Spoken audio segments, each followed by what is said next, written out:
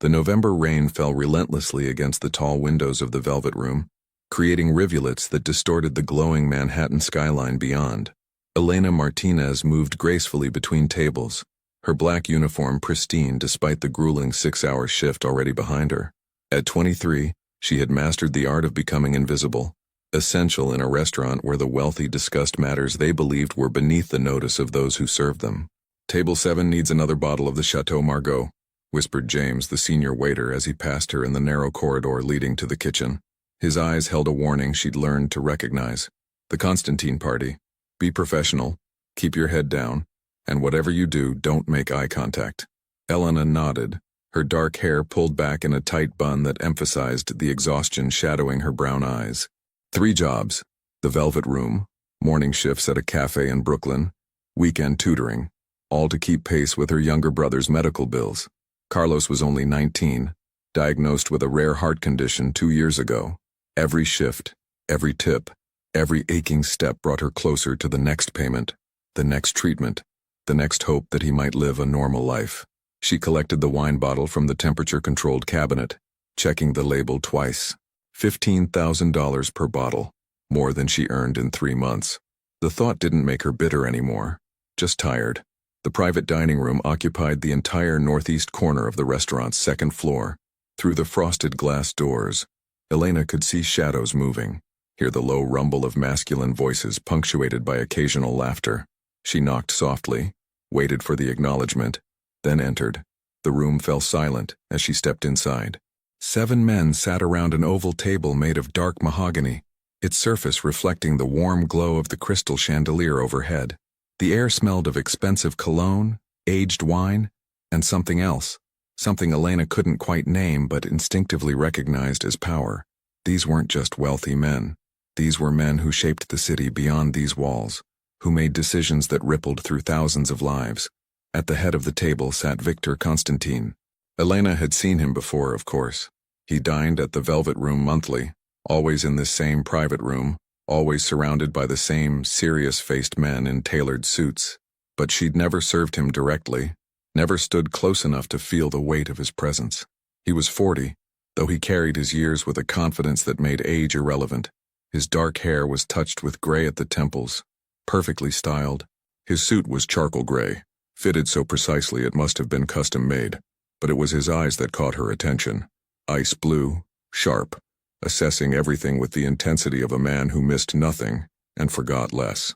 "The Margaux," she said softly, approaching the table. Her hands remained steady as she presented the bottle, though her heart hammered against her ribs. Victor didn't look up immediately. He was studying a document spread before him, his expression focused. The other men watched him, waiting as if his reaction would dictate their own. "Leave it," one of the other men said dismissively, a heavy-set man with a thick Brooklyn accent. "We'll pour it ourselves." Elena placed the bottle on the sideboard and turned to leave, relief flooding through her.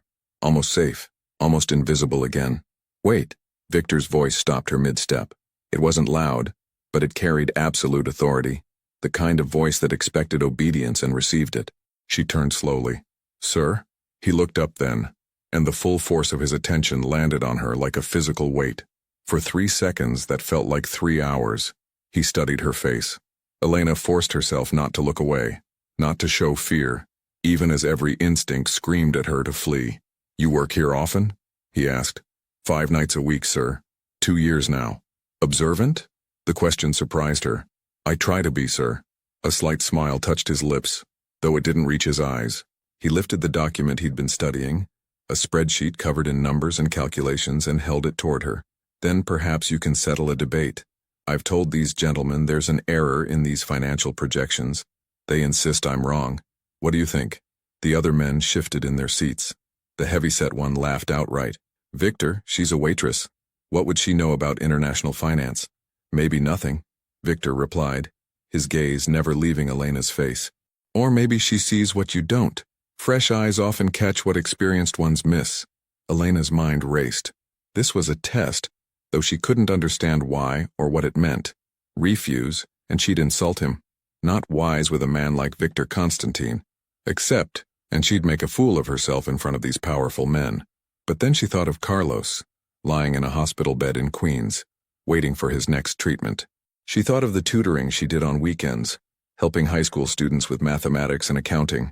She thought of the business degree she'd abandoned after her father's death, when keeping her family afloat became more important than her own dreams. "May I see it, sir?"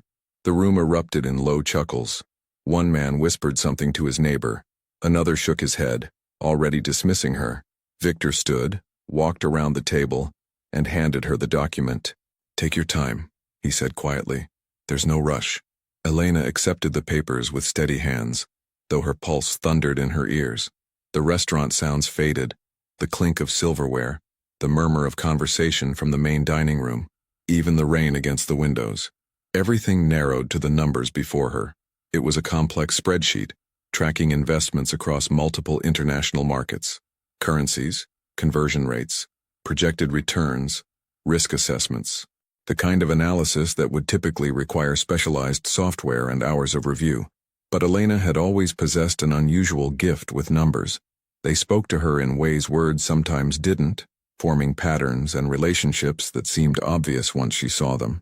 Her father had called it her mathematician's eye, the ability to spot inconsistencies, to sense when something didn't align with the internal logic of a calculation. She scanned the first page. Real estate investments in Miami, London, Tokyo. The numbers flowed correctly, each calculation following logically from the previous one. The second page covered currency exchanges and international transfers. Again, everything appeared sound. The third page dealt with projected returns over a 5-year period. Elena's eyes moved down the columns, her finger unconsciously tracing the flow of calculations, revenue projections, expense ratios, net profit margins. There. Her finger stopped on line 3, column 4. The number was 2.4 million, but based on the calculations above it, the initial investment, the projected growth rate, the compound interest, it should be 24 million. Someone had missed a digit, a single zero that transformed a reasonable return into a devastating loss. She read the line 3 more times, double-checking her mental math. No doubt remained. Elena looked up. Victor stood 5 feet away, arms crossed, watching her with an expression that revealed nothing. The other men had returned to their conversations, already bored with the game. "Well?" Victor asked. "Third line," Elena said clearly, her voice carrying across the sudden silence that fell over the room. "Column 4. You're missing a digit. Should be 24 million, not 2.4. Without that zero, your entire 5-year projection collapses. You'd be operating at a significant loss by year 3. The silence deepened. Someone's wine glass paused halfway to their lips. The heavyset man who'd dismissed her earlier leaned forward, squinting at his own copy of the document. Victor's expression didn't change, but something flickered in his ice-blue eyes. Surprise? Respect? Elena couldn't tell. "She's right," the heavyset man said slowly, his voice stripped of its earlier mockery. "Jesus, Victor. She's actually right. How did we miss that?" "You missed it," Victor replied, his gaze still locked on Elena. "Because you see what you expect to see. You assumed the projection was correct because it came from your own analysis department." She saw what was actually there. He took the document from Elena's hands, his fingers briefly brushing hers. Even that momentary contact felt charged, dangerous. "What's your name?" "Elena Martinez, sir." "How long did that take you, Elena? To find the error?" She glanced at the ornate clock on the wall. "Maybe 90 seconds, sir." Victor nodded slowly, as if confirming something he'd already suspected. He returned to his seat, pulled a leather checkbook from his jacket pocket, and began writing. The scratch of his pen was the only sound in the room. He tore out the check, folded it once, and stood again. A deal is a deal. Find the error, receive the reward. He crossed the room and placed the folded check in her hand. His voice dropped lower, meant only for her. "Though I suspect you would have answered even without the money. You couldn't help yourself. You saw the problem and you had to solve it." Elena looked down at the check, her hands beginning to tremble for the first time. $10 million. Written in Victor Constantine's precise, controlled handwriting, made out to her name. "Sir, I can't." "You can, and you will. You earned it fairly." He paused, studying her face again with that unnerving intensity. "Tell me, Elena Martinez, what does a woman who works 5 nights a week as a waitress need $10 million for?" She should have stayed silent, should have thanked him and left. But something in his eyes, Something that looked almost like genuine curiosity, rather than the cold calculation she'd expected, loosened her tongue. "My brother," she said quietly. "He has a heart condition. The treatments—" She stopped, unwilling to expose more of her life to these strangers. Victor's expression softened almost imperceptibly. "I see." He returned to his seat, dismissing her with a slight nod. "Thank you for your assistance, Miss Martinez. Enjoy your evening." Elena clutched the check and retreated from the room, her legs somehow carrying her despite feeling disconnected from her body. In the corridor outside, she leaned against the wall, the folded paper burning against her palm like a live coal. James appeared beside her, his eyes wide. "What happened in there? You were gone for 10 minutes. Nobody stays in the Constantine room that long." Elena unfolded the check, needing to see it again to confirm it was real. The numbers stared back at her, impossible and absolute. "I need to sit down. You need to get back to work," James hissed, though his voice held more concern than anger. "Whatever happened, whatever he said to you, forget it. Men like Victor Constantine don't do favors without expecting something in return. That's not how their world works." But Elena barely heard him. Her mind was already racing ahead. The payments she could make, the treatments Carlos could receive, the future that had seemed impossible just 15 minutes ago suddenly within reach. She didn't notice Victor standing at the frosted glass door, watching her through the distorted panes. Didn't see the contemplative expression on his face, or the way his hand rested against the glass as if he might push through and follow her. Inside the private room, the heavy-set man poured himself another glass of wine. "You planning to explain what that was about, Victor? $10 million for spotting a typo?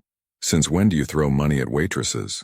"Since one of them proved to be smarter than my entire accounting department," Victor replied, still watching Elena's retreating figure.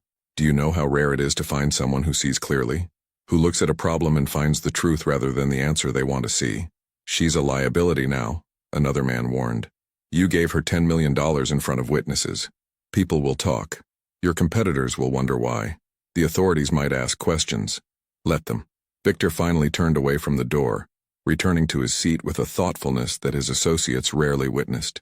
"Have Marco run a background check. Full details. I want to know who Elena Martinez is, where she comes from, and what her life looks like."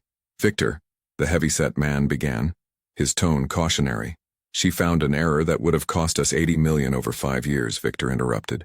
"An error that your people, my people, 3 separate analysts missed. That's not luck. That's skill. That's the kind of mind I need on my side." He paused, swirling the wine in his glass. "Besides, there was something in her eyes. Something honest. You don't see that often in our world. Honesty can be dangerous," someone murmured. "Only if you're lying," Victor replied. "Which, gentlemen, we all are. Constantly. Maybe that's precisely why she interests me." Outside, Elena made her way to the staff locker room on shaking legs. The check remained clutched in her hand, already slightly crumpled from her grip.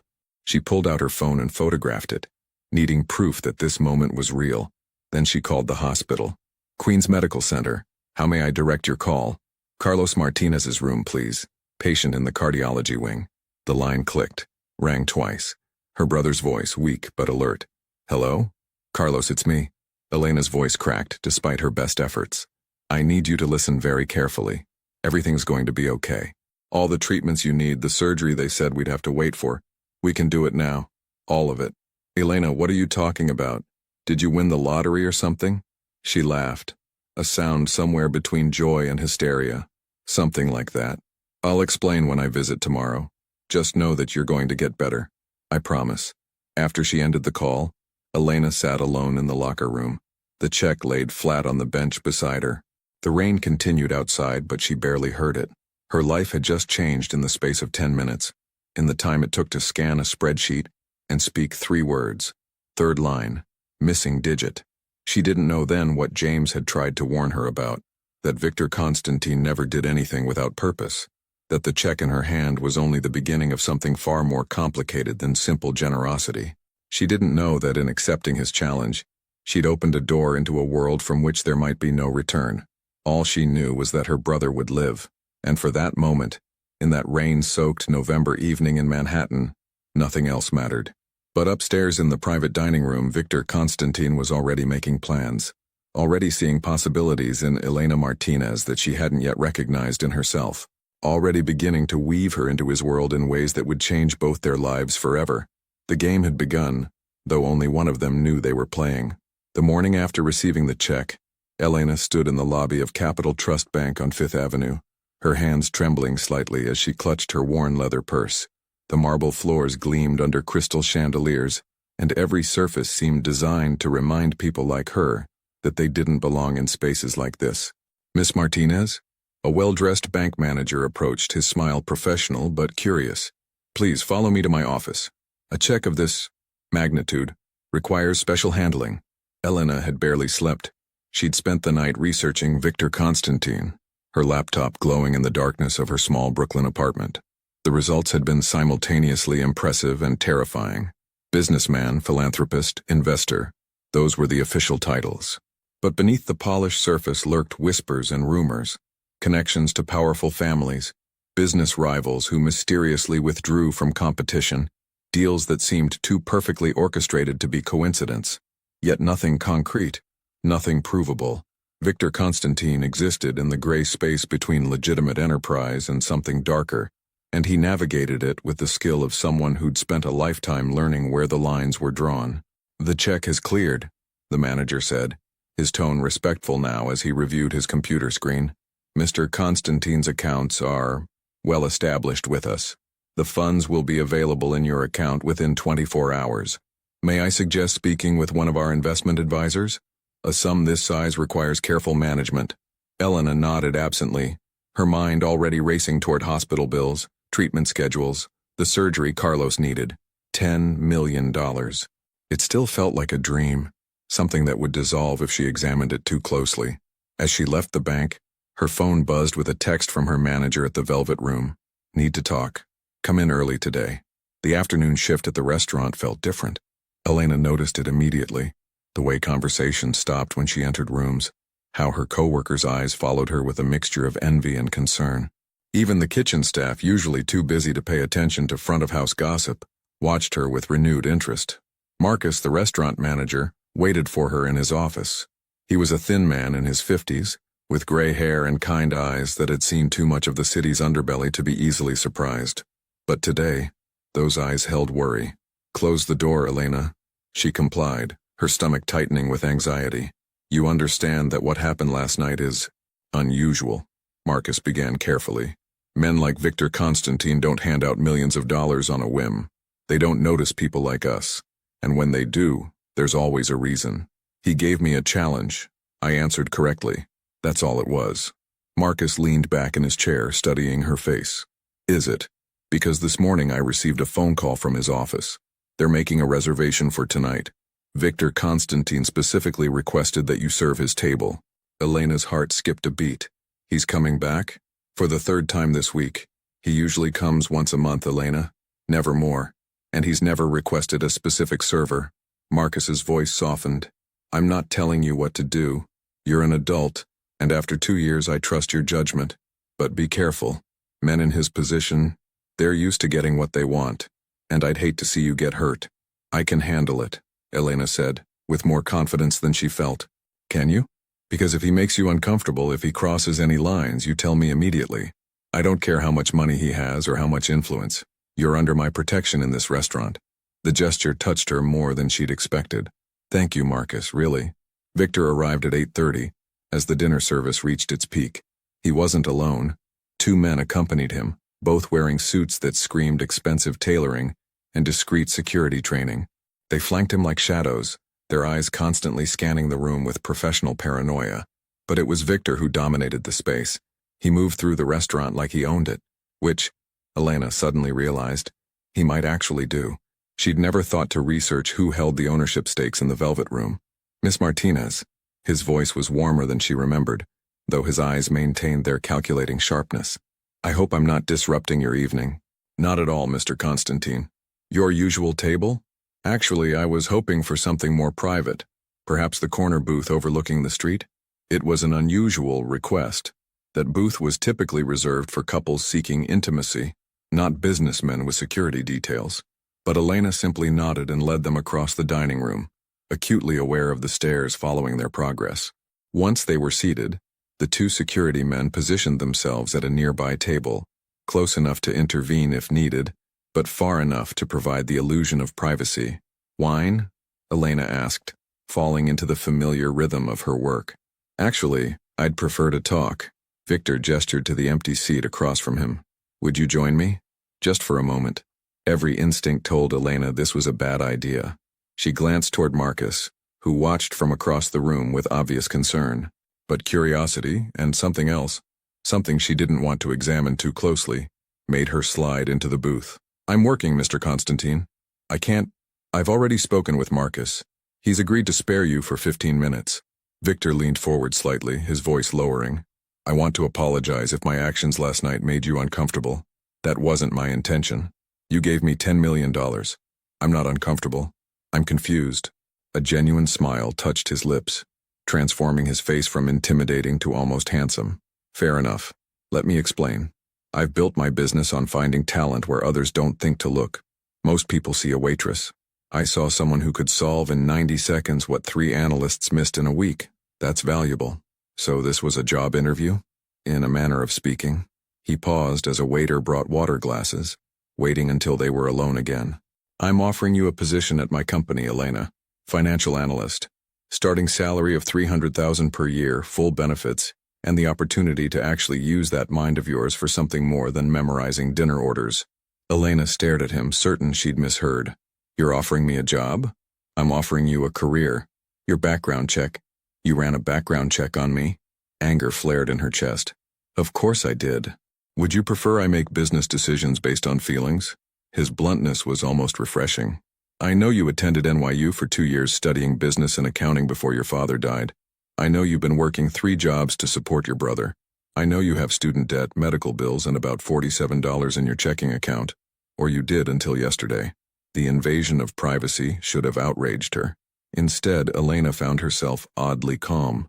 If you know all that, then you know I have no experience in corporate finance. I'd be useless to you. You'd be raw potential waiting to be developed. Everything else can be taught. Victor's expression became more intense. I didn't get where I am by following conventional wisdom, Elena. Everyone in my company went to the best schools, had the right connections, knew the right people, and they all missed that error. You didn't. That tells me you see the world differently, and that's exactly what I need. Why? The question emerged before Elena could stop it. Why do you really want me working for you? Victor was silent for a long moment, his ice blue eyes searching her face. Finally, he said, because you're honest. When you looked at that spreadsheet, you didn't see what I wanted you to see or what would benefit you to see. You saw the truth. In my world, that's rarer than you can imagine. Elena wanted to refuse. Every rational part of her brain screamed that getting involved with Victor Constantine was dangerous, that men like him didn't offer opportunities without expecting something in return. But another part, the part that remembered her abandoned dreams, her father's hopes for her future, the life she'd sacrificed to keep her family afloat, wanted desperately to say yes. I need to think about it, she said finally. Of course. Take your time. Victor reached into his jacket and produced a business card. Call me when you've decided, or if you need anything. Anything at all. The card was simple, elegant. Victor Constantine, CEO, Constantine Enterprises, followed by a phone number. I should get back to work, Elena said, sliding out of the booth. One more thing. Victor's voice stopped her. The money I gave you, it's yours regardless of your decision. No strings attached. I want you to understand that. Elena met his gaze, trying to decipher the truth behind his words. She saw intelligence there, calculation, but also something that might have been sincerity. Thank you, Mr. Constantine. Victor, if we're going to work together, you should call me Victor. I haven't said yes yet. No, he agreed, that slight smile returning. But you will. The next 3 days unfolded in a surreal blur. Elena visited Carlos in the hospital, met with his doctors, and scheduled the surgery that would finally repair his damaged heart. The relief on her brother's face, the hope in his eyes, it made everything else seem secondary. But Victor's offer haunted her thoughts. She researched Constantine Enterprises obsessively, discovering a vast network of investments spanning real estate, technology, international trade. The company was legitimate, profitable, respectable. Yet those persistent rumors followed Victor like shadows, whispers of a past that didn't quite align with his present, of power exercised through channels that didn't appear on any organizational chart. On the 4th day, As Elena finished her morning shift at the Brooklyn Cafe, she noticed a black Mercedes parked across the street. It had been there yesterday too, and the day before. Different car, same presence. She was being watched. The realization should have terrified her. Instead, it triggered a strange sense of inevitability. Victor had warned her in his way. In my world, he'd said. Not the business world or corporate America. My world. A place with different rules, different dangers. That evening, Elena pulled out Victor's business card and dialed the number. He answered on the second ring.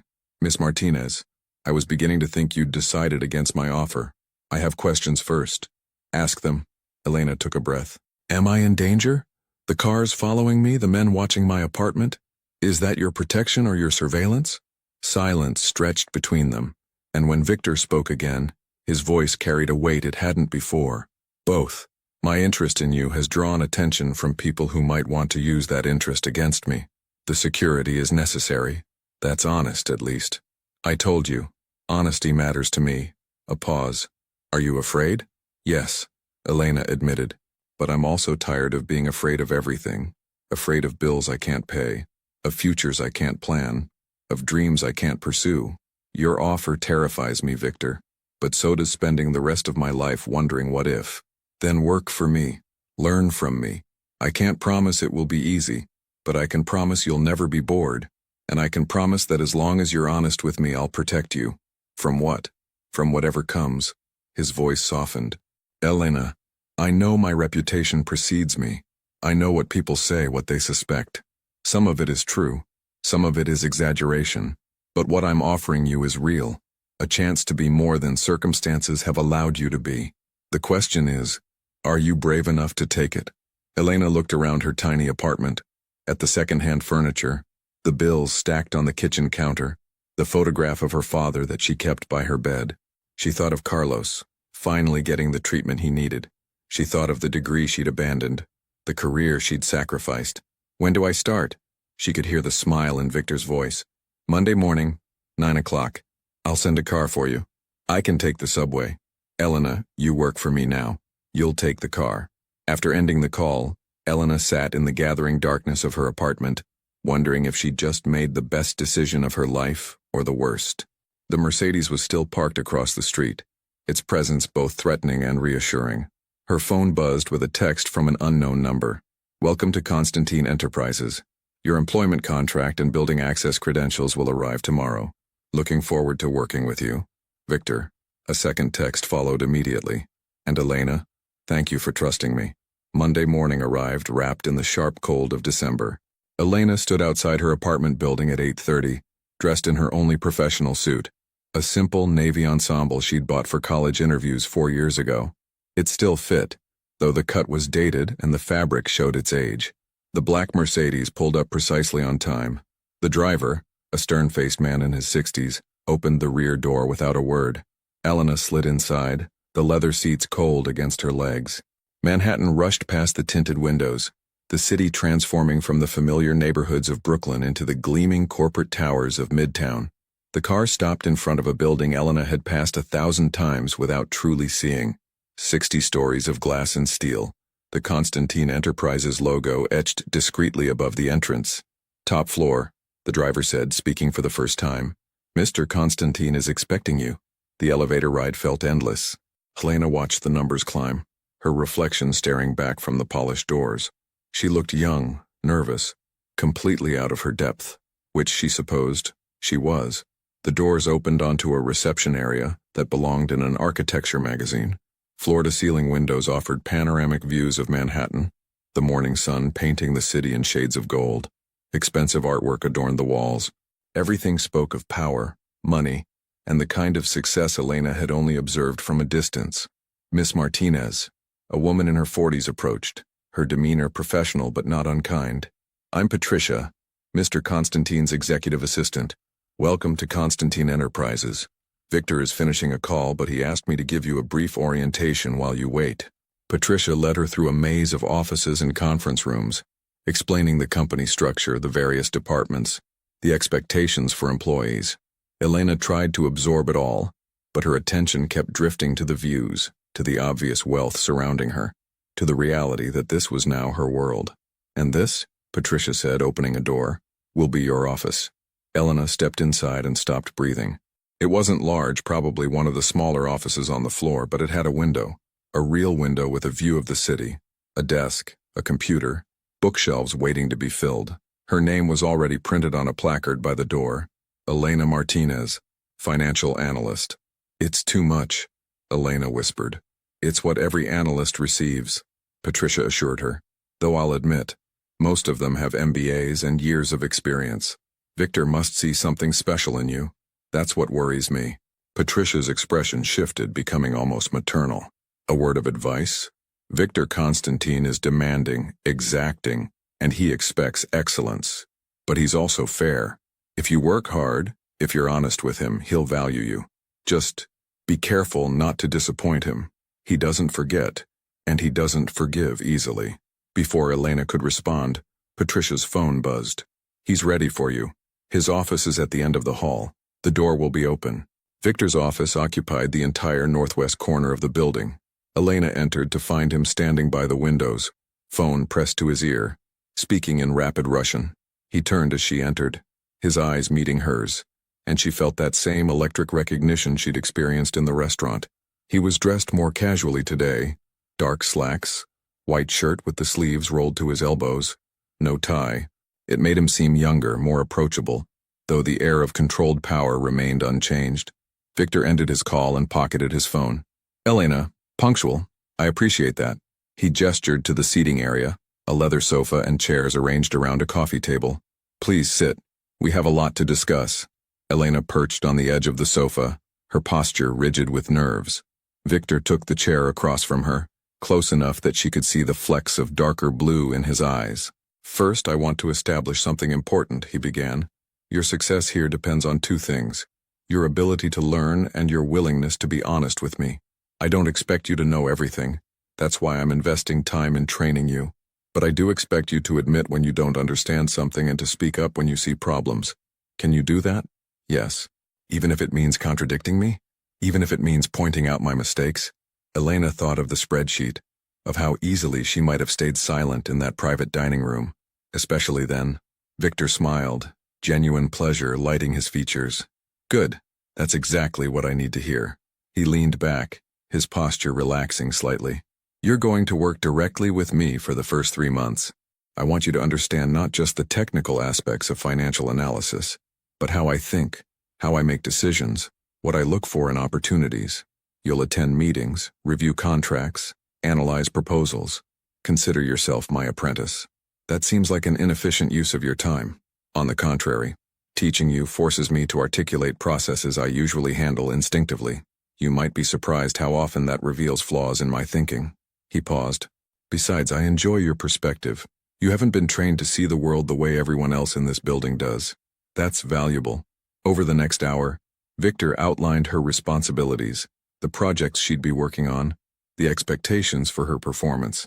Elena's head spun with information, but beneath the professional discussion, she sensed something else, a current of interest that went beyond business, a attention that felt personal in ways that both excited and alarmed her. "Questions?" Victor asked finally. "Why me, really? Not the answer you gave me at the restaurant. The real reason." Victor was silent for a long moment, his gaze searching her face with an intensity that made her want to look away. When he spoke, his voice was quieter, more personal than before. "Because when you walked into that private dining room, you were afraid, but you didn't let fear control you. Because you saw a problem and solved it without worrying about what solving it might mean for you. Because in a room full of people who've spent their lives learning how to pretend, you were genuine." He leaned forward slightly. "And because I'm tired of being surrounded by people who tell me what I want to hear, instead of what I need to know. You're not like them, Elena, and I find that refreshing." The admission hung between them, weighted with implications Elena wasn't ready to examine. She stood abruptly, needing distance. "I should get to work." "Of course." Victor rose as well, that slight smile returning. "Patricia will show you how to access the systems you'll need. We'll meet again tomorrow morning to discuss your first project. And Elena?" She turned at the door. "Welcome to my world. I think you'll find it interesting." As Elena made her way back to her office, her hands trembling slightly with adrenaline, and something that might have been anticipation, she didn't notice Victor standing at his window, watching her reflection in the glass, didn't see the contemplative expression on his face, or the way his hand curled into a fist at his side, as if restraining himself from following her. In accepting his offer, Elena had stepped through a door that would prove far more difficult to exit than enter. Victor Constantine had chosen her for reasons that went beyond her skill with numbers, and the game they'd begun in that rain-soaked restaurant was only just beginning. The pieces were in motion. The stakes were rising, and neither of them fully understood yet just how much they stood to lose. 3 weeks into her new position, Elena stood in Victor's office at 11 o'clock at night, surrounded by spreadsheets that covered every available surface. The Manhattan skyline glittered beyond the floor-to-ceiling windows, a constellation of light against the winter darkness. Most of the building had emptied hours ago, leaving only the distant hum of cleaning crews and the occasional ping of elevator arrivals.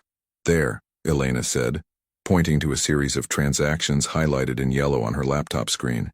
"These transfers to the Singapore account, they're structured to look like routine operational expenses, but the timing is wrong. They're occurring every 17 days, not monthly like the others, and the amounts are just below the threshold that would trigger automatic compliance reviews."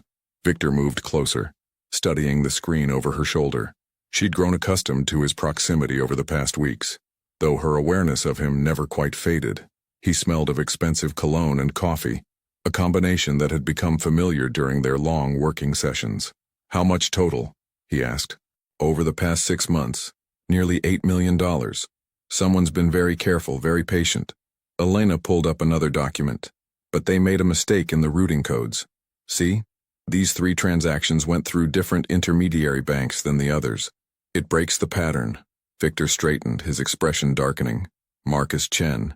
It has to be. He's the only one with access to these accounts who would know how to structure transfers this way."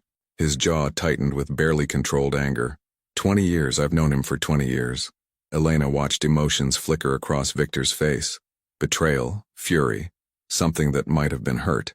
It was the first time she'd seen his composure crack, revealing the human beneath the calculated exterior. "I'm sorry," she said quietly. "I know he's your friend. He was my friend. Now he's a liability." Victor walked to the windows, his reflection ghostly against the city lights. "This is excellent work, Elena. You found in 3 weeks what our internal auditors missed for 6 months. I wasn't looking for anything specific. That's probably why I saw it. Sometimes fresh eyes. It's more than that." Victor turned to face her, the city framing him like a portrait of power. "You have an instinct for patterns, for things that don't fit. That's not something that can be taught." He paused, studying her with that intense focus she'd come to recognize. "You're wasted on spreadsheets. I want you in the strategy meetings. I want your eyes on every major decision we make." "Victor, I've been here 3 weeks. Your senior staff will. My senior staff missed $8 million in theft. You didn't. That's all the qualification you need." He moved back to his desk, already reaching for his phone. "Go home. Get some rest. Tomorrow is going to be difficult." Elena began gathering her things, exhaustion settling into her bones. The past weeks had been a blur of learning, not just the technical aspects of her job, but the unwritten rules of Victor's world.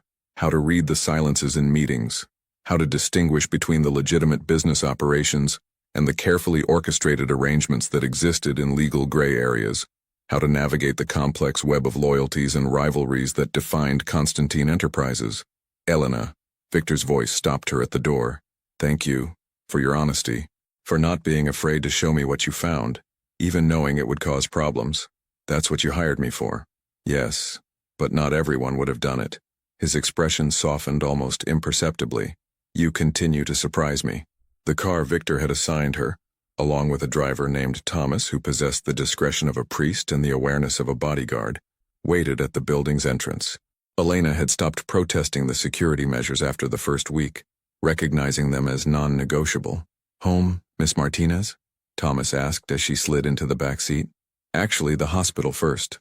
I know it's late, but, of course, your brother's still in recovery from his surgery?"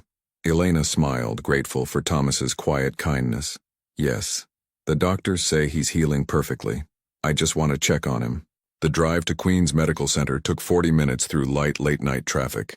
Elena used the time to respond to emails, her phone glowing in the darkness. Her mother had sent another worried text, asking when Elena would visit for dinner, unable to understand why her daughter's new job consumed so much time. How could Elena explain that she wasn't just learning a career, she was being initiated into a world her family couldn't comprehend? Carlos was awake when she arrived, reading a graphic novel in the soft light of his hospital room. At 19, he still looked like the kid brother Elena had protected throughout their childhood, though the surgery had brought color back to his face and strength to his voice. "You look exhausted," he said as she kissed his forehead. "Long day, but good. I found something important." "Another error?" Carlos grinned. "You're making a habit of that." Elena settled into the chair beside his bed, slipping off her heels with relief. "This job it's more than I expected. More complicated." Complicated how? She considered how much to share. Carlos knew she worked for Victor Constantine, knew the man had given her the money for his surgery, but Elena had been careful to shield him from the darker implications of her new position. "The business world is different from what I imagined. There are rules but also exceptions to rules. Things that are technically legal but morally ambiguous. Victor operates in those spaces with incredible skill." "Are you safe?" Carlos asked, his expression serious. "Yes. Victor is protective, sometimes overly so, but I'm learning to navigate it." Elena took her brother's hand. "How are you feeling? Really?" "Strong. The doctors say I might be discharged next week. Full recovery in about 2 months." His eyes shone with gratitude. "Because of you. Because you met the right person at the right time. Because I looked at a spreadsheet and saw a missing zero. No, because you were brave enough to speak up when everyone else stayed silent. That's who you are, Elena. Don't lose that no matter how complicated this job gets." His words stayed with her during the drive back to her apartment in Brooklyn, the small one-bedroom she'd lived in for 3 years, which now felt impossibly distant from the gleaming offices of Midtown Manhattan. Elena had received her first paycheck the week before, an amount that still seemed surreal. She could afford to move, to find something larger, closer to work. But she wasn't ready to leave this space yet. These walls that remembered who she'd been before Victor Constantine entered her life. The next morning arrived too quickly. Elena dressed carefully in one of the 3 new suits she'd purchased. Charcoal gray with a silk blouse. Professional but not trying too hard. Patricia had taken her shopping the previous week, gently suggesting that Elena's wardrobe needed to reflect her position in the company.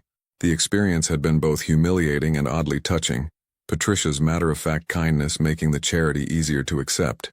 The strategy meeting was scheduled for 9:30 in the main conference room. Elena arrived 15 minutes early to find Victor already there, reviewing documents with an intensity that created an almost visible force field around him. "Coffee?" he asked without looking up. "Already had 2 cups. Any more and I'll vibrate through the floor." The ghost of a smile touched his lips. "Nervous?" "Terrified.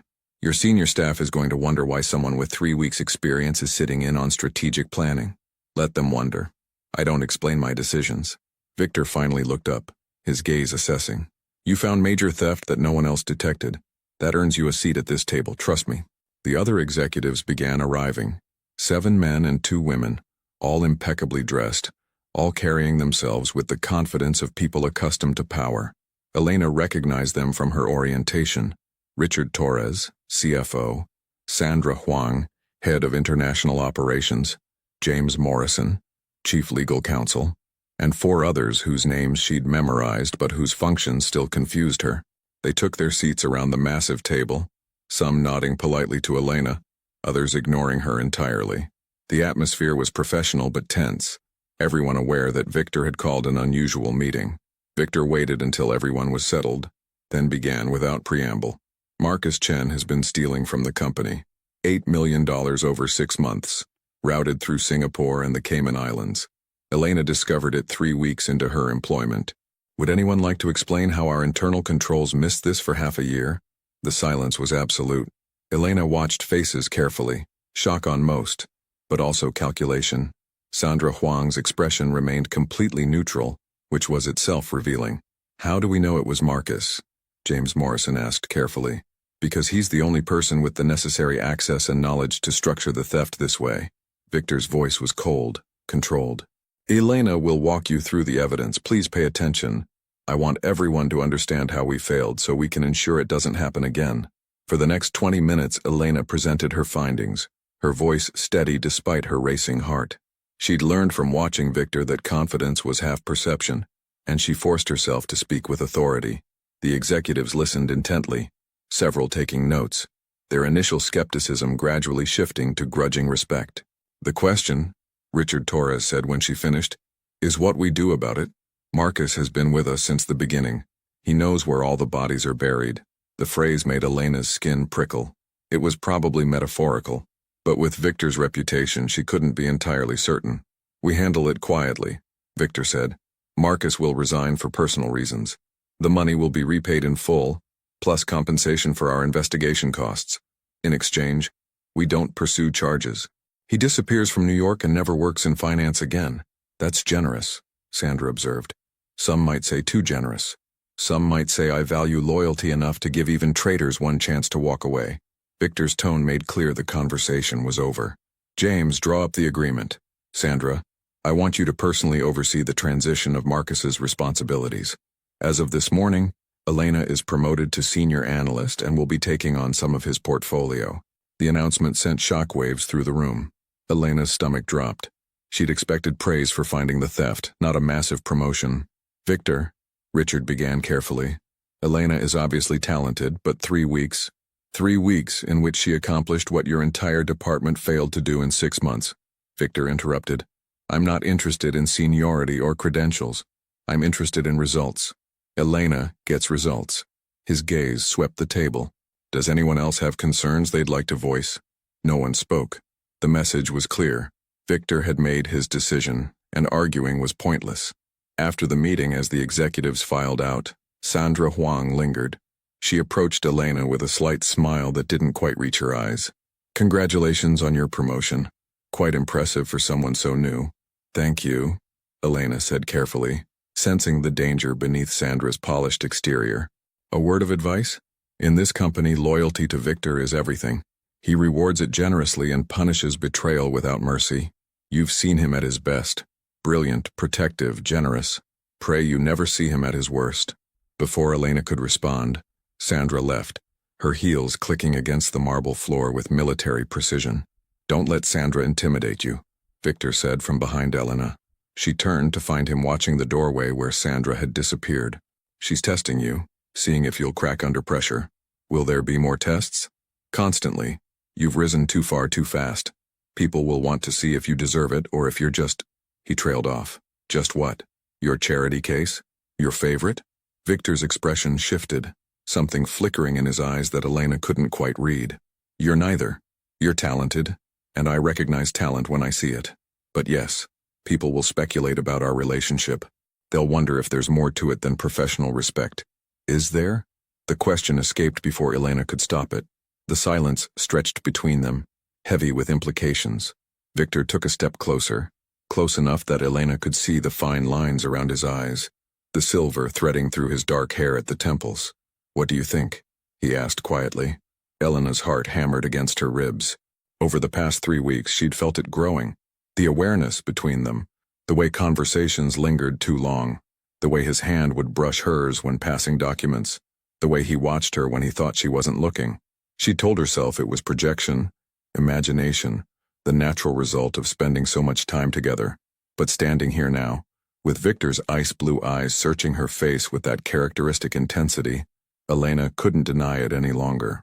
Whatever was building between them was real, dangerous, and entirely inappropriate. "I think," she said carefully, "that this is complicated enough without adding personal feelings to the mix." Agreed. But Victor didn't step back. "And yet they're there anyway, aren't they? These inconvenient feelings we're both trying to ignore. Victor, it's all right. I'm not asking you for anything. I'm simply acknowledging what we both know is true." Finally he moved away, returning to his professional distance. "Your new office is on the 48th floor corner suite. Patricia will help you move your things this afternoon. We have a meeting with potential investors at 2 o'clock. I want you there." "To do what?" "To watch. To learn. And to tell me afterward what everyone was really saying beneath their polite corporate language. You're good at that, seeing what people try to hide."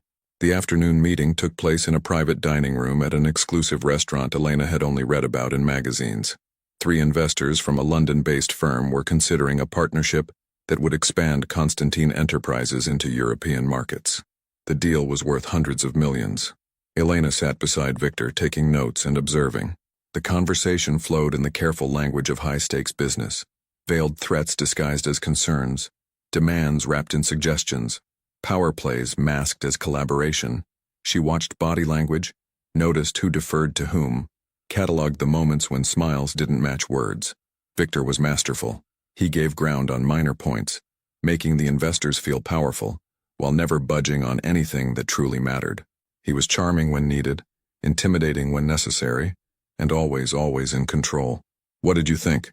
he asked later, as their car navigated through midtown traffic back to the office. "They're going to agree to your terms. Williams, the senior partner, is already convinced. He's just performing due diligence for his board. But Chen, the younger one, he's nervous about something." He kept glancing at his phone under the table. "I noticed that too. What do you think it means?" "Either he's got concerns he hasn't voiced or someone's pressuring him to derail the deal." Elena flipped through her notes. "He also reacted when you mentioned the Singapore expansion. Just a slight tension around his eyes, but it was there."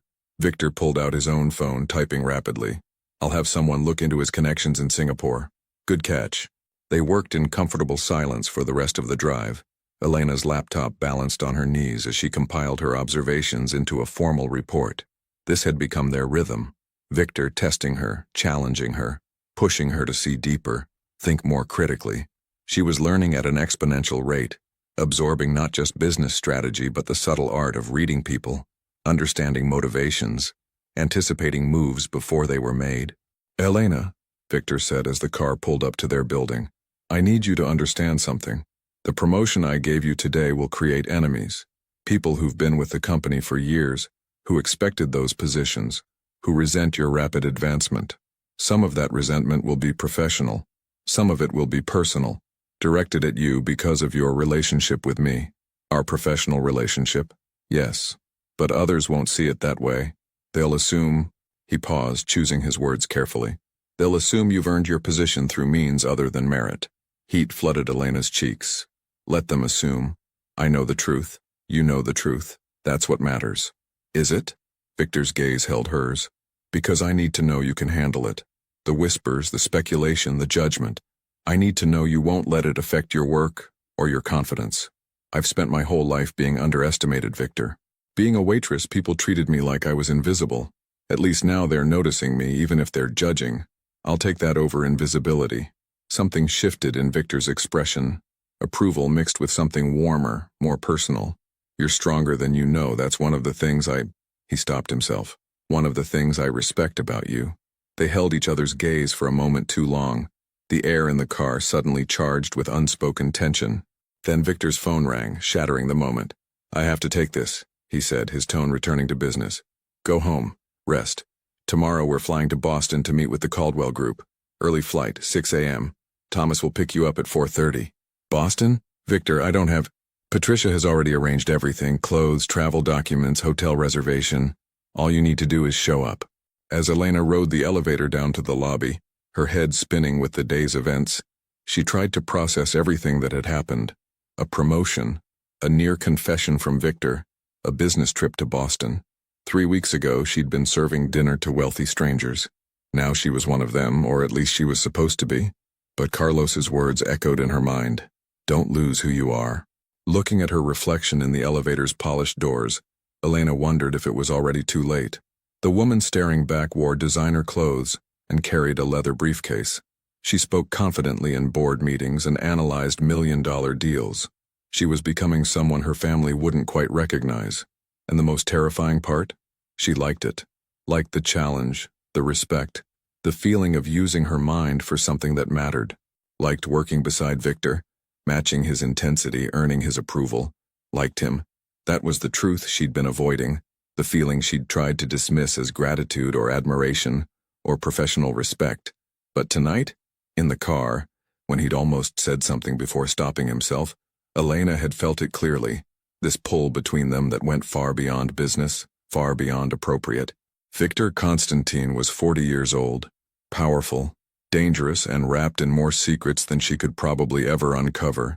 Getting involved with him romantically would be the worst decision she could make.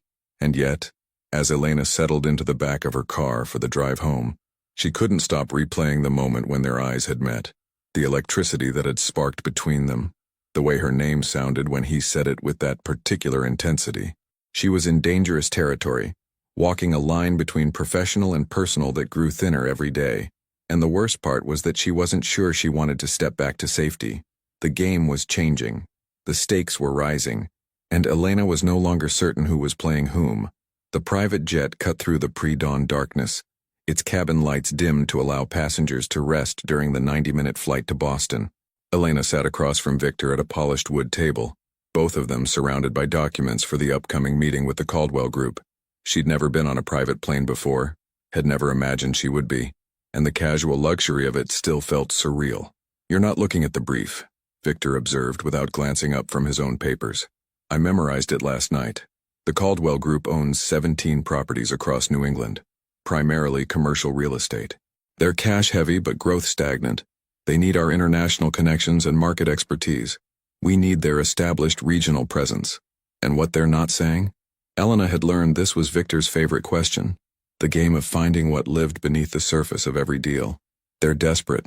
2 of their major tenants are leaving, and they can't attract replacements with their current management structure. They need this partnership more than we do, which means we negotiate from strength. Victor finally looked up, a slight smile playing at his lips. "You learn fast." "I have a good teacher." The words hung between them, weighted with the tension that had been building since yesterday's almost confession. Victor's eyes held hers for a moment that stretched too long, and Elena felt her pulse quicken despite her best efforts to remain professional. "Coffee?" Victor asked, breaking the moment as he stood to pour from the plane's elaborate service station. "Please. Black? No sugar. I know how you take your coffee, Elena. I pay attention." The statement was simple, but it carried implications that made Elena's stomach flutter. Of course he knew how she took her coffee.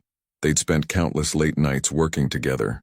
But the way he said it, the quiet intimacy in his tone, suggested he paid attention to more than just her beverage preferences. Victor returned with 2 cups, settling back into his seat. Outside the windows, the sky was beginning to lighten, painting the clouds in shades of pink and gold. "Tell me something," Victor said, his tone shifting to something more personal. "Do you regret it, accepting my offer, entering this world?" "Why would you ask that?" "Because I've watched you change over the past month. You're more confident, more assertive. But sometimes, when you think no one's looking, I see doubt in your eyes, like you're not sure if you made the right choice." Elena considered lying, maintaining the professional facade they'd both been hiding behind. But Victor had been honest with her from the beginning, and she owed him the same courtesy. "I don't regret it, but sometimes I feel like I'm becoming someone my family doesn't recognize. My mother asks when I'm coming home for dinner, and I tell her I'm working. My friends from before, they don't understand this life. The hours, the pressure, the constant calculation." She paused, choosing her words carefully. "And then there's you. What about me? You're the most complicated part of all this. You gave me an opportunity that changed my life. You've been patient, supportive, protective, but I don't fully understand why, and the not knowing keeps me up at night." Victor was silent for a long moment, his fingers tracing the rim of his coffee cup. When he spoke, his voice was lower, more vulnerable than she'd ever heard it. "My wife died 5 years ago. Catherine. Cancer. She was 33. He stared out the window, his reflection ghostly against the brightening sky. "After she died, I buried myself in work, built the company into something 3 times its previous size, made more money than I could spend in 5 lifetimes, and I was completely, utterly alone." Elena's heart constricted. She'd known about his wife from her research, but hearing him speak about her made it real, made the loss tangible. "I surrounded myself with people," Victor continued, "but they were all employees, associates, business partners, people who wanted something from me or feared me or both. No one who saw me as just a person." He turned back to face her. "Then you walked into that private dining room and you weren't impressed by my money or intimidated by my reputation. You just solved a problem because it needed solving. And I thought, here's someone real. Victor, I'm not telling you this to make you uncomfortable. I'm telling you because you asked why I chose you, and you deserve an honest answer." His ice blue eyes held hers with characteristic intensity. "Yes, you're talented. Yes, you're intelligent, but mostly you're genuine. And I've found that quality increasingly rare in my world." The plane's intercom crackled to life, Mr. Constantine will be landing in 15 minutes. Victor stood, the moment breaking as he shifted back into business mode. We should prepare. The Caldwell team will meet us at their offices at 8:30. The Caldwell Group headquarters occupied a historic building in Boston's financial district, all brick facade and restored interior attempting to project old money stability. Elena walked beside Victor through the lobby, acutely aware of the stares they attracted, not just because of Victor's obvious wealth and power, but because of how they looked together. She could almost hear the speculation. Who is she? His assistant? His associate? Something more? The meeting took place in a conference room that tried too hard to impress, with its mahogany paneling and antique furniture. 3 men waited: Robert Caldwell, the 70-year-old patriarch, his son James, who looked to be in his 40s, and their attorney, a sharp-eyed woman named Patricia Chen. Mr. Constantine, thank you for meeting with us, Robert began, his handshake firm despite his age. And this is? Elena Martinez, my senior analyst. She'll be reviewing all aspects of any potential partnership. Elena caught the slight emphasis Victor placed on senior analyst, establishing her authority in the room. It was a small gesture, but it meant everything. The negotiations lasted 3 hours.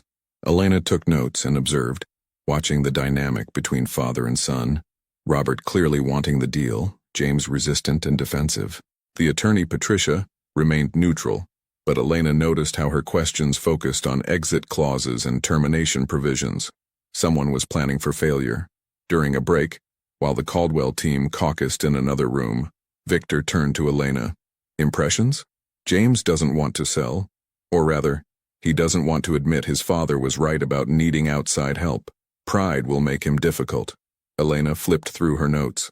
But the attorney is the real concern. She's protecting them from something specific. Notice how she kept asking about liability for prior management decisions. You think there's something they're not disclosing. I think we should require a full audit before finalizing anything. Whatever they're hiding, it's significant enough that their attorney is worried about exposure. Victor's expression showed approval. Make a note. We'll add it to our terms. When negotiations resumed, Victor presented their revised conditions, including the comprehensive audit. James Caldwell's face darkened immediately. That wasn't part of our initial discussions, he said, his voice tight with barely controlled anger. Initial discussions often evolve as we learn more about potential partnerships, Victor replied smoothly. Surely you understand the need for due diligence in a deal of this magnitude. What my colleague means, Patricia the attorney interjected carefully, is that some aspects of the Caldwell Group's operations involve sensitive client information. A full audit might compromise confidentiality agreements. Elena caught Victor's eye, a silent communication passing between them. That was it. Whatever they were hiding involved their clients. Then we'll sign appropriate NDAs, Victor said. But I don't enter partnerships blindly, regardless of how promising they appear on the surface. The room fell silent. Robert Caldwell looked at his son, some wordless conversation happening between them. Finally, the older man nodded. We'll agree to the audit, but it needs to be conducted discreetly, and we'll need to notify certain clients before you access their files. Acceptable, Victor said. Our team will coordinate with yours on the timeline.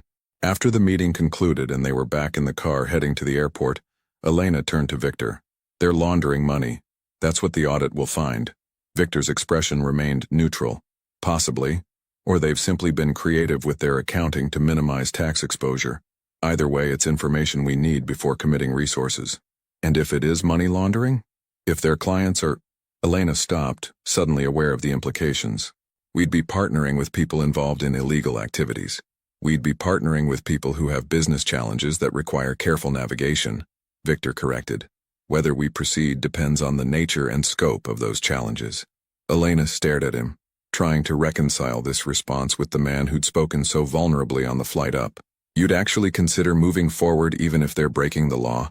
Elena, you've been in this world for 5 weeks. You're smart enough to understand that legal and right aren't always the same thing, and sometimes the path between them is complicated.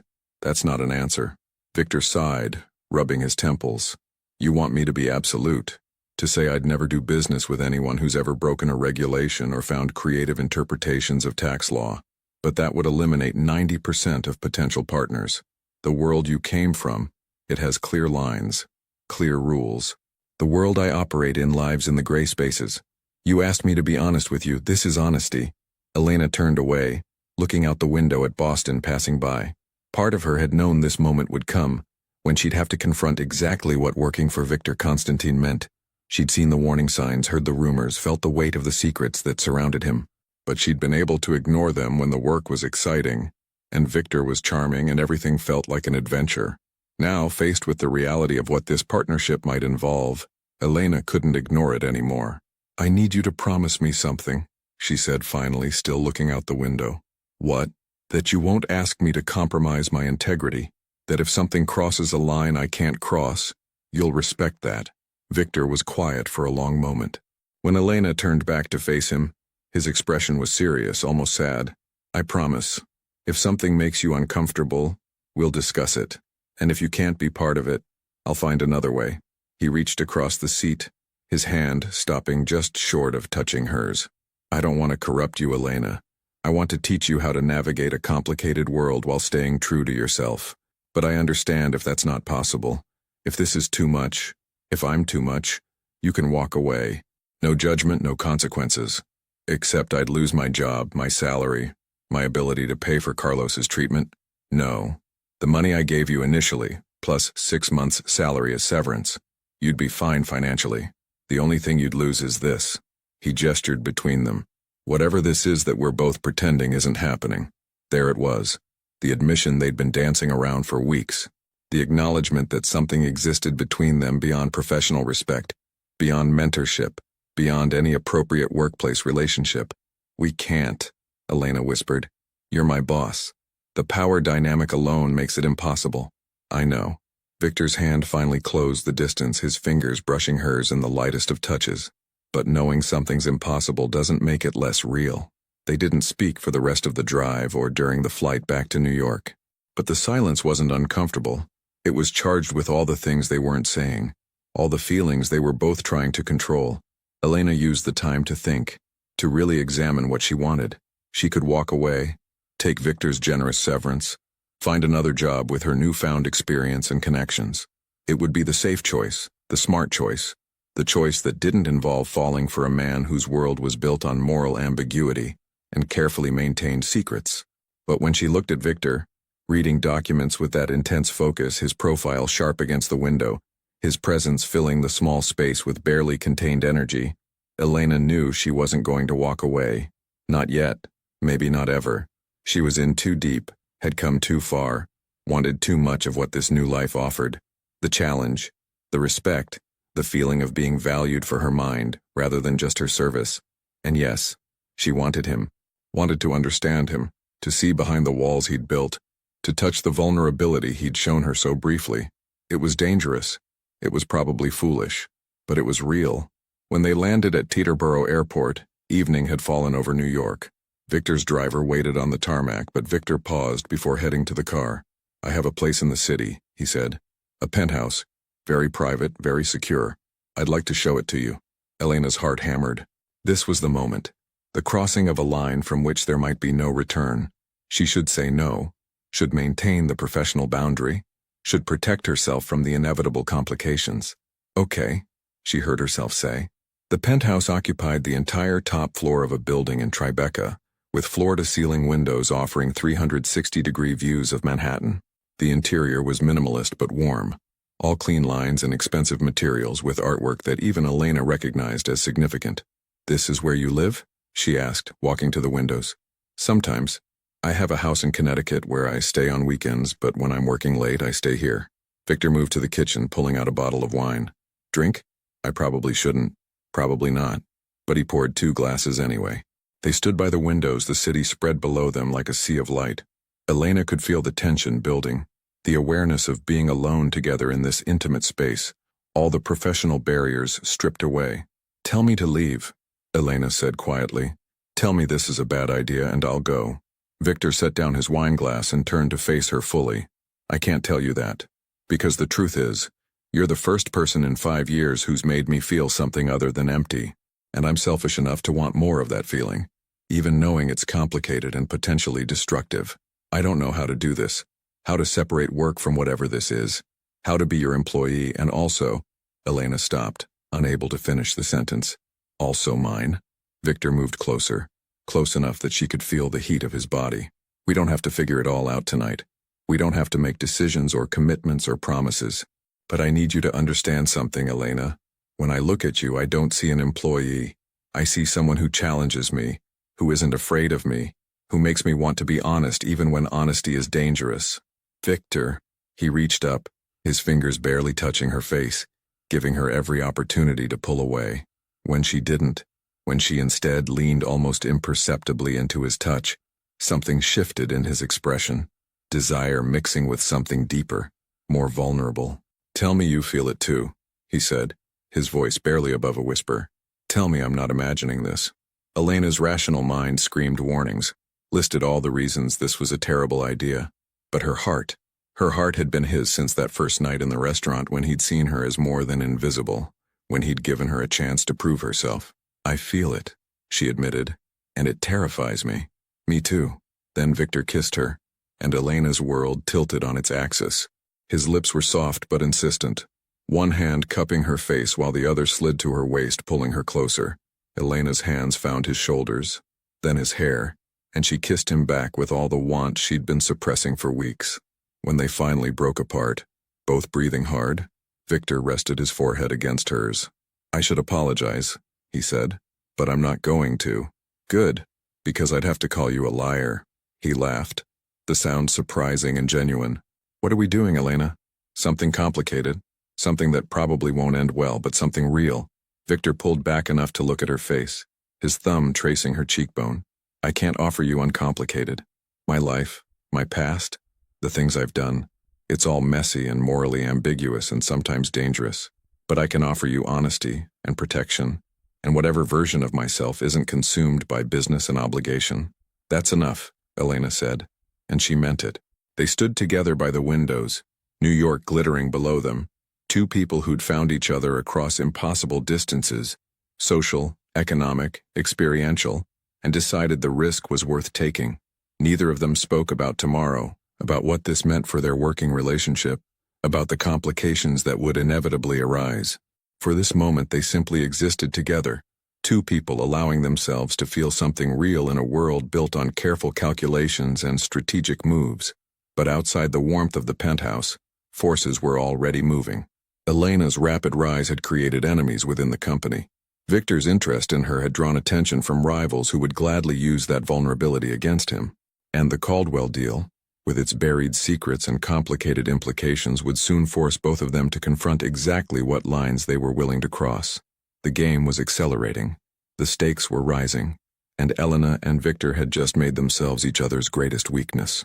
3 weeks after that night in the penthouse, Elena sat in a sterile conference room at the FBI's New York field office, her hands folded on the table to hide their trembling. Across from her sat two agents, Special Agent Jennifer Walsh, a woman in her 40s with sharp eyes and sharper questions, and her partner, Agent David Park, younger but equally intense. Miss Martinez, do you understand why you're here? Agent Walsh asked, her tone professionally neutral. You said you wanted to discuss my employment at Constantine Enterprises. Elena's voice was steadier than she felt. She'd been leaving work when two agents approached her on the street, flashing badges and requesting she accompany them. Not arrested. They'd been very clear about that. Just questions. Specifically, we want to discuss Victor Constantine. Agent Park opened a folder, spreading photographs across the table. Elena recognized them immediately. Victor at various business meetings, entering restaurants, standing outside his Connecticut house. And there, in several photos, was Elena herself beside him. Her stomach dropped. We've been investigating Constantine Enterprises for 18 months. Agent Walsh continued. Financial irregularities, potential money laundering, connections to organized crime families. Nothing concrete yet, but enough smoke to suggest fire. And then you appeared, a waitress who suddenly became his senior analyst, his constant companion, his... She paused meaningfully. What would you call your relationship with Mr. Constantine? Professional, Elena said automatically, though the photos suggested otherwise. There was one of them leaving his penthouse building together at midnight, another of Victor's hand on her lower back as they entered a restaurant, his body language protective and possessive. Professional, Agent Walsh repeated skeptically. Miss Martinez, We're not interested in your personal life. We're interested in Victor Constantine's business practices, and we believe you're in a unique position to help us. I don't understand what you think I can tell you. Agent Park leaned forward. You have access to files, meetings, conversations that we can't reach. You've been inside his operation for 2 months, gained his trust. You could provide evidence of financial crimes that would... You want me to spy on him? Elena's voice came out flat, emotionless, even as panic clawed at her chest. We want you to cooperate with an ongoing federal investigation, Agent Walsh corrected. In exchange, we'd offer you full immunity from any charges that might arise from your association with Constantine's activities. We'd also provide protection for you and your family. Protection from what? The agents exchanged glances. Miss Martinez, do you know what happened to the last person who betrayed Victor Constantine's trust? Marcus Chen, his former CFO? Elena's blood ran cold. She knew Marcus had resigned, had left New York quietly after repaying the stolen money. Victor had told her it was handled, resolved peacefully. Marcus Chen is alive and well in Seattle, Agent Park said, but only because he had enough evidence of Constantine's activities to ensure his safety. He made it clear that if anything happened to him, that information would be released. Not everyone has been so fortunate. Are you saying Victor has hurt people? Elena's voice cracked on the question. We're saying that Victor Constantine operates in a world where problems are solved through intimidation, financial pressure, and occasionally, violence. He's careful, insulated, but people around him have accidents. Business rivals withdraw suddenly. Whistleblowers recant their statements. Agent Walsh's expression softened slightly. You seem like a smart woman, Miss Martinez. Surely you've noticed that something about Constantine Enterprises doesn't add up. Elena had noticed. The meetings that ended when she entered rooms. The phone calls Victor took in Russian or Italian, his voice dropping to a murmur. The way certain associates watched her with expressions that mixed pity and warning. She'd told herself it was just aggressive business practices, the normal machinations of corporate power. But deep down, she'd known there was more. What exactly are you accusing him of? Elena asked. Money laundering for several international organizations, tax evasion through complex offshore structures, potentially providing financial services to entities engaged in illegal activities. Agent Walsh paused. And we believe the Caldwell Group deal you're currently working on is specifically designed to expand those capabilities into New England. The audit. Elena had completed it 2 weeks ago, and her findings had been troubling. Patterns of cash transactions that didn't match legitimate business activity, clients whose backgrounds didn't hold up under scrutiny, accounts structured to obscure the origin of funds. She'd presented her concerns to Victor, expecting him to walk away from the deal. Instead, he'd asked her to find ways to structure the partnership to minimize their liability while still proceeding. I need to think about this, Elena said, her mind racing. I need time. You have 48 hours, Agent Walsh said, sliding a business card across the table. After that, we move forward with or without your cooperation. And, Miss Martinez, if you warn Constantine about this conversation, you'll be charged with obstruction of justice. Is that clear? Elena took the card with numb fingers. Crystal clear. The car ride back to her apartment felt surreal, the city lights blurring past the windows as Elena tried to process what had just happened. The FBI was investigating Victor. They wanted her to betray him, to gather evidence, to help build a case that would likely destroy everything he'd built. And the worst part, the part that made her stomach twist with nausea, was that she couldn't immediately dismiss their accusations. She'd seen enough over the past 2 months to know that Victor's business operated in moral gray areas, that he made decisions that prioritized profit and power over strict legal compliance. But she'd also seen his vulnerability, his loneliness, the way he looked at her like she was something precious he was afraid to break. She'd felt safe with him, valued, seen in ways she'd never experienced before. How could both things be true? How could the man who held her at night, who spoke about his dead wife with such pain, who'd given her brother a chance at life, how could that man also be someone who hurt people, who built an empire on illegal activities? Elena's phone buzzed. Victor, where are you? We were supposed to meet an hour ago. Her hands shook as she typed a response. Sorry, something came up. Can we reschedule? Are you all right? You sound off. Even through text he could read her. That was the problem. They'd become so attuned to each other that hiding anything felt impossible. Just tired? Long day? Come to the penthouse. Let me take care of you. 6 weeks ago, that invitation would have thrilled her. Now it felt like a trap, a test she was destined to fail. But Elena couldn't refuse without raising suspicion, and she needed time to think, to figure out what she was going to do. "Give me an hour," she typed. Victor was waiting when she arrived, concern evident in his expression. He pulled her into his arms immediately, and Elena had to fight the urge to break down completely. "What happened?" he asked, his hands running soothingly down her back. "Nothing. Everything. I don't know." Elena pulled away, moving to the windows. She couldn't think clearly when he touched her. "Victor, I need to ask you something, and I need you to be completely honest. All right?" His tone became cautious. "The Caldwell Group. The audit found serious irregularities. Cash transactions that suggest money laundering, clients with questionable backgrounds. I told you we should walk away, but you want to proceed anyway. Why?" Victor was silent for a long moment. "Because the business opportunity outweighs the risks." "That's not an answer, that's corporate speak." Elena turned to face him. "I need the truth. What are we really getting involved in? Elena, are they laundering money? Are we going to be helping them hide illegal funds?" Her voice rose with each question. "Because if that's what this is, I can't be part of it. I won't." Victor's expression hardened, the vulnerable man disappearing behind the calculating businessman. "You're asking me to explain things you're better off not knowing. Things that, once you know them, make you complicit. I'm already complicit. I did the audit, I wrote the report, I'm part of the deal team. The only question is whether I'm complicit knowingly or unknowingly. Unknowingly is safer." "I don't want safe." Elena's voice cracked. "I want the truth. You promised me honesty, Victor. You said that was what made us different, what made this real. So tell me the truth." Victor walked to the bar, poured himself a drink, downed it in one swallow. When he spoke, his voice was carefully controlled. "The Caldwell Group has clients who need discreet financial services.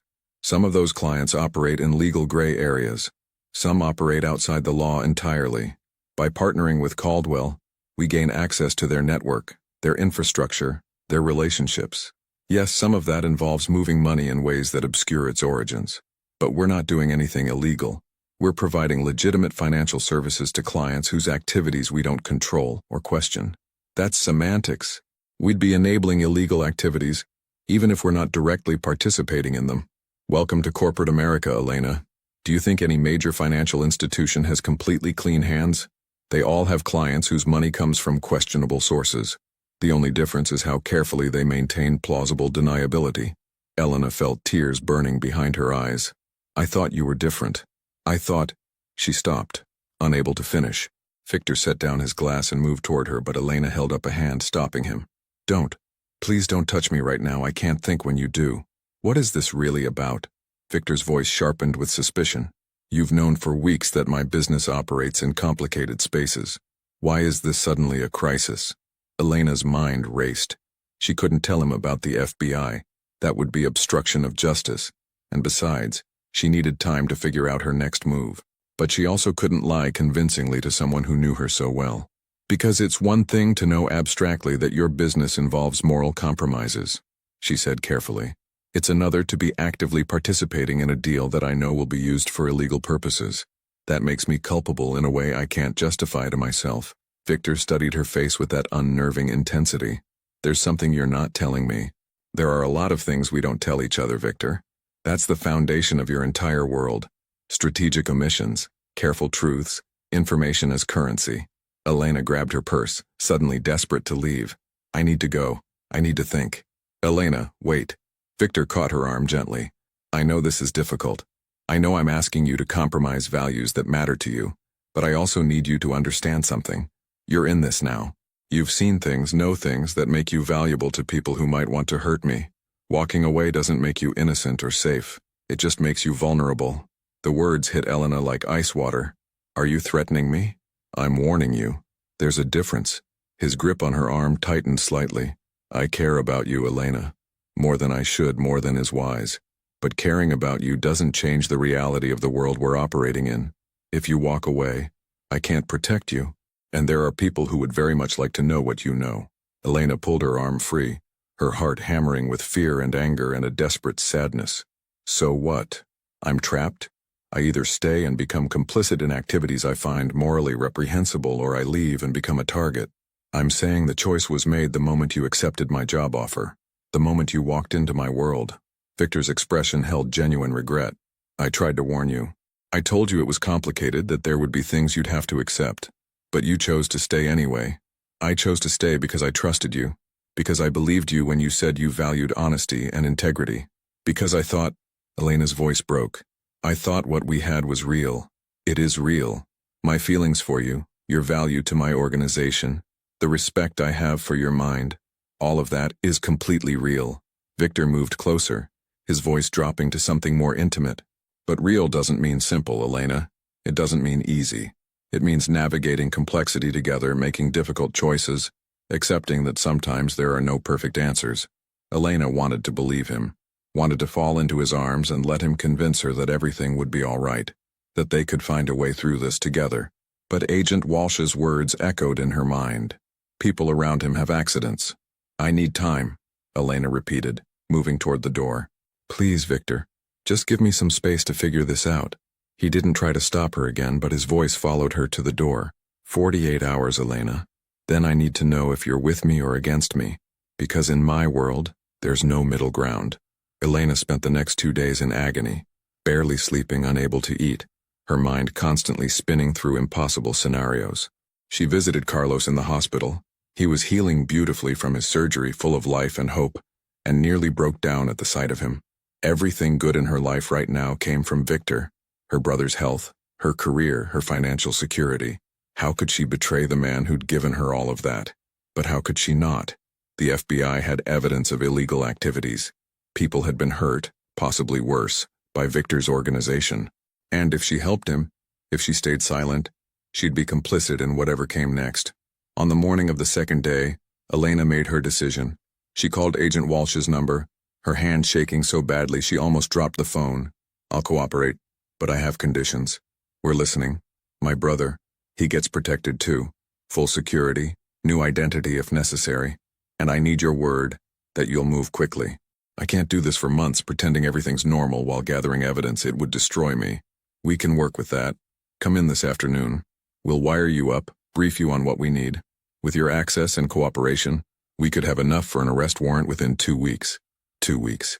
14 days of lying to Victor, of betraying his trust, of gathering evidence that would dismantle everything he'd built and likely send him to prison. Elena thought about that first night in the restaurant, when Victor had looked at her and seen possibility instead of invisibility. She thought about late nights working together, his patient teaching, the way he'd opened up about his wife. She thought about the first time he'd kissed her, the vulnerability in his eyes when he admitted he cared for her. Then she thought about the people he'd hurt, the illegal activities he'd enabled, the future crimes he would commit if someone didn't stop him. I'll be there at 3, Elena said, and ended the call before she could change her mind. That evening, Elena went to the office as usual, wearing a wire taped to her skin beneath her blouse. The FBI agents had been thorough in their briefing.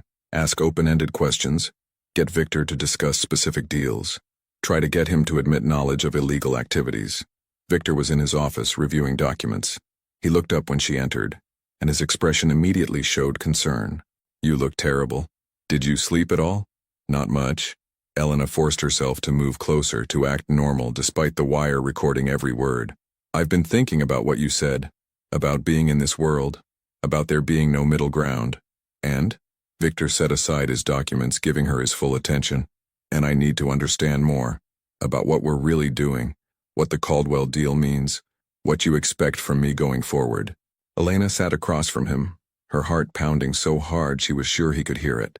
No more vague answers or strategic omissions. If I'm going to stay, I need complete honesty.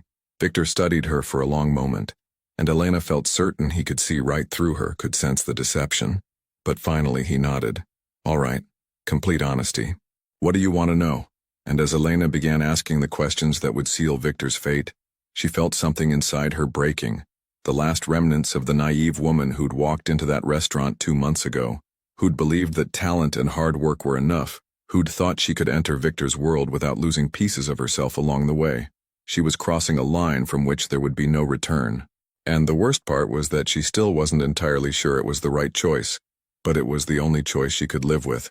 And sometimes, Elena was learning, that was all you got. Not the right answer, not the perfect solution, Just the least terrible option in a world where every choice came with a price. The recording device captured everything, and with each answer Victor gave, each admission of knowledge, each detail of illegal activities, Elena felt the distance between them growing, felt the relationship they'd built crumbling into evidence and testimony and betrayal. This was the price of truth. This was what it cost to choose integrity over love, justice over loyalty, what was right over what felt right. And as Elena asked her final question and received Victor's damning answer, she wondered if she'd ever forgive herself for what she was about to do.